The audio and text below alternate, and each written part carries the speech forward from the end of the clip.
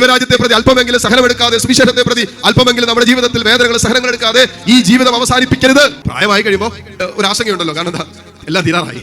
അങ്ങനെ ഒരു ഭാരം മനസ്സിൽ വരുമ്പോൾ, അയ്യോ ഞാനൊന്നും കർത്താവിന് വേണ്ടി ചെയ്തില്ലല്ലോ, ഒരു ആയുസ് തീരാറായി. 20, 30, 40, 50, 60, 70, 80 വയസ്സായി. ശരിക്കും ജീവിതത്തിലേക്ക് തിരിഞ്ഞു നോക്കുമ്പോൾ, എനിക്ക് വേണ്ടി ചങ്കിലെ അവസാനത്തുള്ളി രക്തവും നൽകി എന്നെ സ്നേഹിച്ചവന് വേണ്ടി എന്റെ കരങ്ങളൊന്ന് ചലിപ്പിക്കാനോ, എന്റെ പാദങ്ങളൊന്ന് ചലിപ്പിക്കാനോ, എന്റെ ജീവിതത്തിൽ ദൈവം സൗഭാഗ്യത്തിൽ തന്നതിന്റെ എന്തെങ്കിലുമൊക്കെ ദൈവരാജ്യത്തെ പ്രതി വിട്ടുകൊടുക്കാനോ തയ്യാറാകാത്തതിന്റെ ഭാരം ഒരാത്മാവ് അനുഭവിക്കാൻ തുടങ്ങും. അപ്പൊ പ്രായമാകുമ്പോൾ നമ്മൾ എന്തെങ്കിലുമൊക്കെ ചെയ്യാൻ തുടങ്ങും. ഇതൊന്നും സംശയമൊന്നുമില്ല. നിങ്ങളുടെ യൗവനം കർത്താവിന് വേണ്ടി കൊടുക്കാൻ തയ്യാറാണെങ്കിൽ നിങ്ങളുടെ യൗവനം മാത്രമല്ല, നിങ്ങളുടെ മധ്യാഹ്നവും നിങ്ങളുടെ വാർദ്ധക്യവും കർത്താവ് അനുഗ്രഹിക്കുമെന്നുള്ളത് 100% ഉറപ്പാണ്. കാരണം കർത്താവ് വാഗ്ദാനങ്ങളിൽ വിശ്വസ്തനാണ്. പാതി വഴിക്ക് ഉപേക്ഷിച്ചിട്ട് പോകുന്നവനല്ല നമ്മുടെ ദൈവം.